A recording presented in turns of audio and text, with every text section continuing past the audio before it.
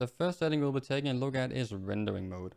Inside rendering mode we have two options to choose between, either normal or interlaced. Normal is just like you know it in any other game. Interlaced, on the other hand, is a technique where it will only render half of the pixels, the other half it will calculate. This means that you're basically only rendering half of the image at every second. That is also why you can see that I gain an almost 40% performance improvement. However, it does come with some downsides. Because you're only rendering half of the image, you will experience some artifacts and some aliasing. It is not too bad in this game, I don't feel like, but it is definitely something you will notice. Another thing worth mentioning is that this will also lower the amount of VRAM you're using, which does actually make sense because you're rendering less pixels than you were before. So for me, it lowered my VRAM with around 10%. For my recommendation, I will recommend for you to, for now, use normal. If you cannot get enough FPS through changing the other settings that I will go through throughout the rest of the video, then you can get back to this and try out interlaced and see whether you like it. But for now, I will recommend to use normal and try to see if you can keep it at that. Hello ladies and gentlemen, and welcome to my video. Today we're taking a look at Resident Evil Village, where we'll take a look at all the different settings, how to compare in terms of FPS and fidelity, and lastly I'll show my own optimized settings that I recommend. I'm sorry that the video ended up being so long, but there were simply so many new kinds of settings that I had never seen before, and I wanted to properly explain them to you guys. Before we move on to the next setting, I wanted to showcase the two extremes of all low and all ultra to see the performance and quality difference between the two. There's a few points to take from this. Firstly, all ultra used almost double the VRAM of all low, which is quite a large difference. In general, this game will use a lot of VRAM if you max it, with one particular setting having a massive impact on VRAM usage, which I'll go over later in the video. Secondly, the game is actually quite well optimized, and you'll have a good chance of being able to run it even with really old hardware. And lastly, the game is a very GPU heavy bound game, so your CPU won't matter that much. As you can see in the video, there's a 53% difference between all low and all ultra, so we have a lot of performance headroom we can work with. So let's get started. Next, let's take a look at image quality. Image quality determines the internal resolution that you're playing in. Earlier you would have set the actual resolution of your monitor. Down here you can either downscale or upscale that resolution. 1.0 is the baseline where you'll be playing at your current resolution. Then you can either turn that all the way down to 0.5 to downscale your resolution, all the way up to 2.0 to upscale your resolution. The reason that I added this setting and then I tested it is because I feel like that the name of the setting is a bit misleading. It does change your image quality, but not in the way that I first expected it to. Changing or downscaling your resolution should be the very last thing you do, even after changing from normal to interlaced rendering mode. And it should not be necessary with this game, which is actually fairly optimized. Now let's take a look at Fidelity FX CAS. This setting is an imaging sharpening tool created by AMD, but it works on both AMD and Nvidia. I have tested this on my Nvidia graphics card. However, while testing it, I could not find any difference in image quality. This setting is meant to give back some of the quality you might lose when applying the anti-aliasing setting TAA. Therefore, I also tested this with TAA on. However, like I said, I could not find any difference. Even when I'm zooming in 500%, I cannot see the difference. However, this does not impact our performance at all. Therefore, I would recommend to just leave this on. Because if it's not impacting our performance and we might see some sharper image quality in some certain scenarios, there's no downsides to try it out and use it. Next up we have anti-aliasing. Anti-aliasing makes the game look a lot better by smoothing out jagged edges. This is most noticeable at the lower resolutions where you have more jagged edges comparably to the higher resolution like 4K. As always, I've tested this in both 1080p, 1440p and 4K. However, unlike all my other testing I've done in other games, I actually don't see any difference in this game. In this game you can choose between TAA or FXHA plus TAA, so you cannot turn it completely off. But even then I cannot see any difference between those two settings. And the performance speaks the same thing. There's no difference whatsoever between the two. Even in 1080p, where you would normally actually see a large difference between the two. Even if you look into the small example they're giving inside the settings menu, it's a very small difference between the two. Therefore, I would recommend to just leave this at FXAA plus TAA, because it doesn't seem to affect that many objects in the game, and the objects that it does affect will not harm your performance that much, so you might as well just use it. Now let's take a look at one of the more interesting settings in this game. Variable rate shading. Variable rate shading is an NVIDIA technology, so if you do not have an NVIDIA graphics card, you might as well just skip this part of the video. If you do have an NVIDIA graphics card, you need to have one that is one of the newer models, so either a 1600 series, 2000 series or 3000 series. Variable rate shading was, as far as I can tell, originally a technology made for VR. Because what variable rate shading does is that it will analyze the image, take a look at, okay, where are you focusing currently on the specific frame. So you can see this is an example image I have stolen from NVIDIA's website. So we are focusing currently on the car that we are driving and the road out in front of us. But we're not focusing so much on the left side or the right side of the road or down in the bottom right or bottom left corners. So the game will, or the technology, this setting, will go in and lower the rate shading in those areas. The rate shading means that the lighting and the colors might look a bit worse than they normally would. But because it will only affect those areas where you're not focusing, you won't really notice it. And in turn, it will increase your performance because now your GPU has to do less to get more or less the same image. This is also what I see once we go in-game, where we get up to 10% performance increasement while we use the setting prioritize performance. Even while we're using prioritize performance, which should be the worst in terms of quality of the game, I can't really see any difference, which is really good that I can't see any difference, because that means that it's working really well.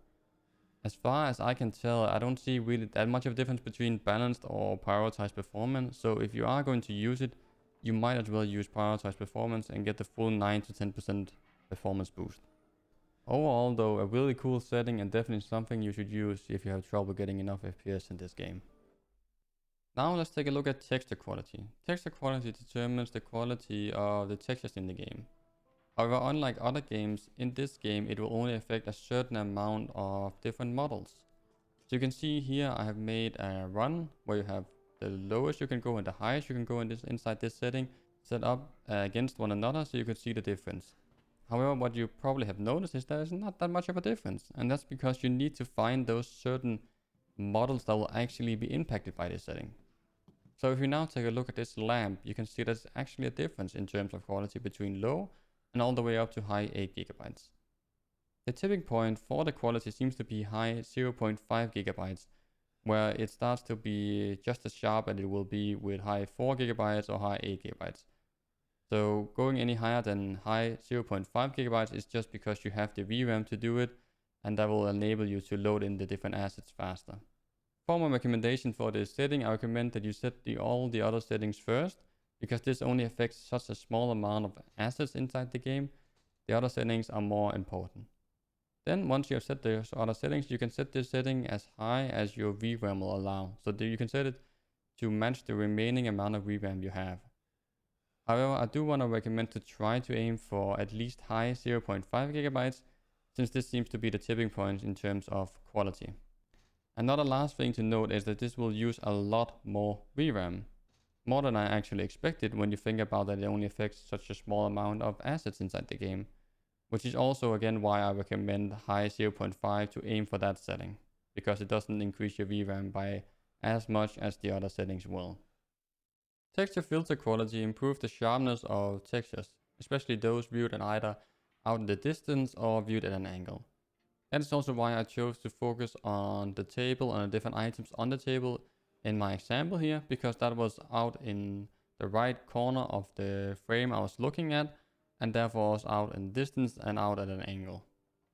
However, as you can probably see, or maybe can't see, there's really not much of a difference between any of these settings. This also shows in terms of performance, where it's very minimal the performance difference that's actually present.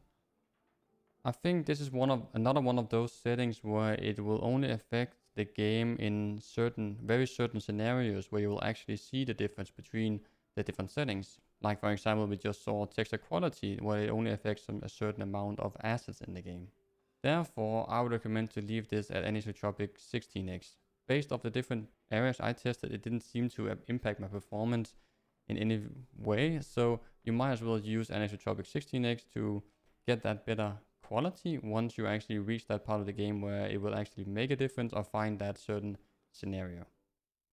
Now let's take a look at mesh quality. Mesh quality controls the quality of the different meshes inside the game. This is most noticeable while looking at the branches of the different trees inside the game. So you can see here, while we have it on low, the tree and its branches look a lot more blurry. They're not nearly as sharp as they are on mid, high or max. However, once we hit mid, there's no reason to go any higher and lose some extra performance because you're not gonna notice any quality difference. Therefore, I definitely recommend to use mid because it is a lot sharper and a lot prettier to look at compared to low, and it is only around 3% performance you lose from using it. Now let's take a look at the different ray tracing settings we have in this game. We have two of those, GI and reflection and light reflection. Firstly, I just wanted to showcase the difference between having ray tracing off and having ray tracing on the two, or having the two ray tracing settings on low. As you can see, we already have a 10% performance difference between the two. However, we do also have a rather large difference in terms of quality. You can see the lighting in this shot I have is looking a lot better with ray tracing on compared to having ray tracing off. Now let's take a look at the first ray tracing setting, which is GI and reflection. The GI stands for global illumination. So this is a ray trace global illumination. Without going into too much detail of what global illumination is, it's basically just a way to make lighting look a lot better. So ray traced global illumination is a step above that. In this scene, however, even though we can see we have a 6% performance decrease, I don't really see any difference in terms of quality. Even in the small example the game gives you inside the settings menu, it is very subtle, the difference between having it on low or having it all the way to high, or just generally having it on.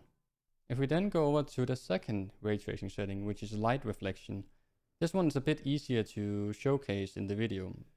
As you can see, once you turn it up from low and all the way up to high, you get a lot more reflections in the different reflective surfaces inside the game, which makes a huge difference in the way a scene will look like. This also has the largest impact on your performance. As you can see, we have a 14% difference between low and all the way up to high. And lastly, I wanted to showcase these two settings working together. So we have the ray tracing off, but this time we have ray tracing on where both of them are set on high. And once again, you can see there is a clear difference between these two, both in terms of the quality of the actual image, the lighting in this scene, but also in terms of the performance, where we lose around 23% performance, which is a very large hit to take. It is difficult to give a recommendation in terms of ray tracing because, first of all, to even consider using it, I would say that you need to have the latest AMD graphics to be able to properly try it out without losing all of your frames, and the latest either 2000 series or 3000 series of NVIDIA to properly utilize and play this. And even then in the 2000 series, it needs to be the high-end 2000 series, because otherwise you're gonna lose way too many frames. For my recommendation, I would say that if you have a high-end system that is actually capable of handling this fairly well, then it's definitely something that's worth enabling. Also, if you are gonna use ray tracing, you might as well use it on high, because as we saw with light reflection, that makes a big difference between low and high. It also does mean that you'll lose a lot more performance, but if you are gonna use ray tracing, you might as well use it to the fullest potential. Continuing with the idea that you have chosen to use ray tracing, we're now gonna take a look at ambient occlusion.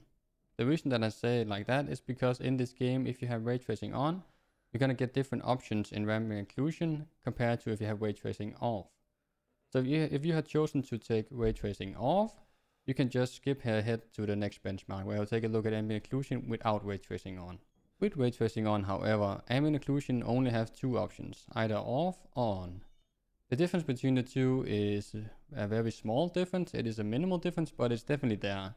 You can see here in the couch between the different cushions and the back support that there is a small difference. You do get some extra shadows.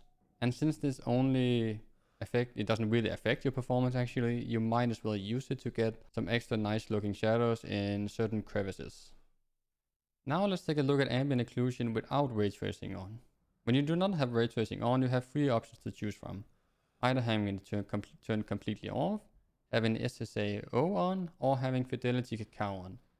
Fidelity Cacao is basically just an improved version of SSAO, at least as far as I know, which was made by AMD, but like the last AMD setting, this is a setting that everyone can use. As you can see, once we progress from off and down the setting to SSAO and all the way down to Fidelity Cacao, the different places I have marked slowly becomes slightly darker. This can be very difficult to showcase in a YouTube video because the darker the image, the harder it is to see the different changes that's been made. This does, however, come with a cost at around 11% between off and all the way up to Fidelity Cacao. Since this is a very dark game and since it is a horror game, I would recommend to use Fidelity Cacao even though it does have the largest impact on your performance. And that's because since it is, like I said, a darker horror game, it can make a big difference for your experience playing the game, making the game look a lot darker and more realistic in the lighting, which can also make it look a lot spookier. So I would definitely recommend to use Fidelity Cacao, or if you really need the FPS, at least turn on SSAO. Now let's take a look at screen space reflections. Screen space reflections adds reflections to different surfaces and objects. Normally in games, this is most noticeable with large pools of water, like a lake or different other kinds of reflective surfaces. I tried to showcase this with this chandelier. However, I have not had any luck in finding any difference, either in quality or performance. I've also tried other parts of, at least in the beginning of the game, with different parts where there are water to try to see if I could find any difference, but I couldn't see any difference at all. So it seems to be only one specific place, or maybe a few specific places later in the game where it will actually make a noticeable difference. If we take a look at what they showcase inside the settings, you can see that in that specific place there is a large difference in quality. Therefore, my recommendation is to just leave this on, because if it's only going to affect your performance in a few certain scenarios, then it's worth it leaving it on. Volumetric lighting adds some extra effects to the different natural, especially the natural lighting effects in a game. So that could be the lighting coming from either the sun or the moon or anything similar. Normally this would make it so that you actually can get those beams of light coming through different windows or roofs, or just generally when you're looking at bright light sources. However, in this game, as you can see, we still do have some light beams coming even when we have it on set to off, which is very weird. And generally between off and high, even though there is a difference, it is a very small and subtle one compared to the performance difference between those settings. Therefore, I would recommend to just leave this off, because it doesn't seem to make any quality difference, and it does have a fairly large impact on your performance. Next up, we have subsurface scattering. Subsurface scattering adds different lighting and shading effects to character skin and to snow in the game to make it look more realistic, and to improve the lighting in general on these two items. I have tried to showcase this by standing creepily over a baby. As you can see though, it's very difficult to notice any difference between having it on and off. I even tried to use the photo mode to zoom in and see if we could better notice any difference then. But it's still very difficult to see any difference between having it off and on. Therefore, I would recommend to just leave this off, because you lose a lot of performance for something that is very, very hard to even notice the difference between. Now let's take a look at shadow quality. Shadow quality controls the resolution of the distant shadows inside the game. As you can see, this makes a difference between low and mid, where the shadows in mid look a lot sharper and generally better compared to low. After we hit mid though, there doesn't seem to be that much of a quality difference between mid, high and max. And the performance tells the same story, where you only have a very little performance difference between low and all the way up to max. The biggest difference is going to be in your VRAM usage, where I saw an increase of 6.5% between low and all the way up to max. Therefore, if you do not have that much VRAM, I recommend that you use mid, because between low and mid you only use around 0.5% more of VRAM, and the game looks a lot better from using that. However, if you do have the VRAM, you can just put it all the way to the max. Now let's continue with the shadow settings and take a look at context shadows. Context shadows add some extra shadows around different light sources in the game. I have tried testing this in numerous locations because I had a very difficult time finding a place where it would actually make a difference. I ended up settling for this place because this was the area that they showcase inside the settings menu. If we look inside the settings menu, you can see that they showcase a clear difference between having this turned off and having it enabled. However, in my testing, I did not see any difference whatsoever. This might be because I have another shadow setting enabled that maybe makes context shadows unnecessary to have enabled. I'm not sure. But I definitely could not find a difference even though I tried different combinations of shadow settings. Therefore, I would recommend to just leave this on. Best case scenario, you're gonna get the quality that they actually showcase inside the settings. And worst case scenario is you're not gonna gain anything, but you're also not gonna lose anything. So you might as well do it. Now let's take a look at the final shadow setting, Shadow Cache. Shadow Cache enables you to cache some of the different shadows in the game inside your VRAM, lightening the load on the processing load, increasing your performance. Which is also what I saw in my testing here. We can see I got around 2% extra performance, which is not much, but it's basically a free performance if you actually have the VRAM for it. So this should in turn increase your VRAM usage because you're caching the shadows inside your VRAM instead. However, in my testing, I found no difference between having this off and having it on, which was very weird why I didn't see any difference. I tried to retest this multiple times over multiple restarts, but nothing changed. Inside the settings menu of the game, however, they do add another 500 megabytes of VRAM usage when you enable it. So you can expect this to use between 0 to 500 extra megabytes of VRAM. So this is again one of those questions where if you have the VRAM, definitely use it. Definitely recommend to leave this on. If you don't, do not enable it. Now let's take a look at Bloom. Bloom is a light setting that will enable certain light objects in the game to look a lot brighter. You can see an example with the lantern here, where while we have it enabled, it looks a lot brighter compared to disabled. This does, however, come at a performance cost at around 5%. Since this is a game based mostly off lightness and darkness, I would recommend that you leave this on, even though it does come with a fairly hefty performance cost compared to what it actually changes in quality. Next up we have a lens flare, another light setting. Lens flare will scatter the light on certain brightly lit objects in the game. As you can see here with the brake lights of the knocked over car, while we have it disabled, there's no change at all. And while we have it enabled, you can see that it's scattering the lights out to the side depending on the angle that you're looking at the lights. This will make the light look a lot more bright and generally make them look a lot more realistic, I personally think. Therefore, I definitely recommend to leave this on because it will only affect a certain amount of light sources in certain scenes where it will make the scene look a lot better, and it only costs around 1 to 1.5% performance, which is definitely worth it. Next up we have film noise. Film noise will add some extra noise to the image, so it'll make the image look a bit more grainy compared to when you have it off. In this game I also found that it seemed to make the image seem just slightly darker when you have it enabled compared to disabled. This can be a bit difficult to actually see in the video, but if you just try for yourself to disable and enable it, you'll notice there is a slight difference where it does seem to be a bit darker. Because of that, and because I don't really mind film noise, I would recommend to leave this on. However, I do know that this is more of a personal preference because some people like to keep their game as clean as possible, and then this is definitely something you would want to disable. Now let's take a look at depth of field. Before we go into the actual setting, I just wanted to put a disclaimer here that this setting only affects cutscenes, therefore I had to record part of the first cutscene to be able to showcase it.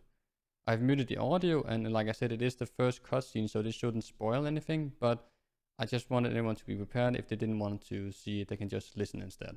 If we then go into the actual setting, we have depth of field, which adds a blurry filter to anything else except the very thing you're focusing on.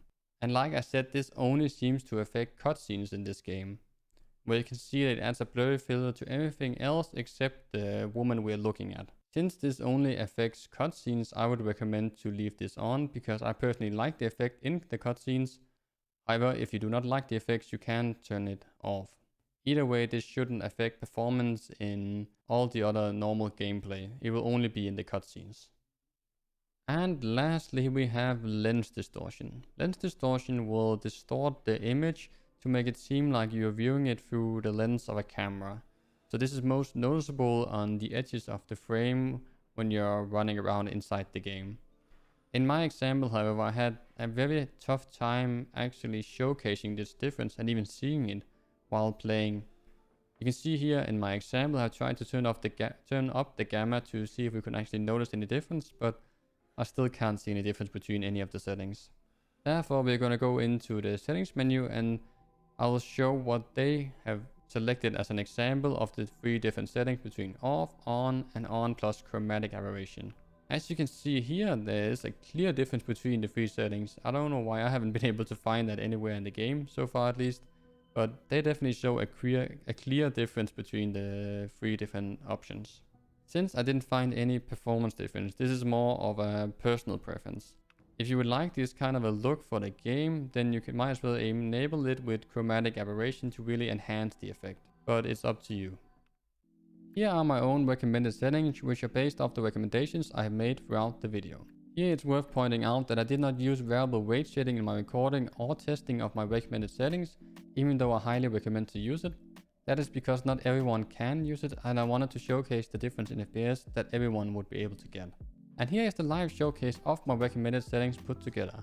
As you can see, the game still looks great, and when I stack this up against all low and all ultra, you can see that we have almost the same quality as all ultra, while getting around 12% performance more compared to all ultra. The reason that the performance difference is not as big as it has been with previous titles that I've tested is because I went for higher settings than usual, both because this game is actually fairly well optimized, but also because it is a game where FPS won't matter nearly as much as it will in other games. But thank you all for watching. If you made it this far and been able to use this video to get better FPS in Resident Evil Village, please like and subscribe for future videos where we'll take a look at other games.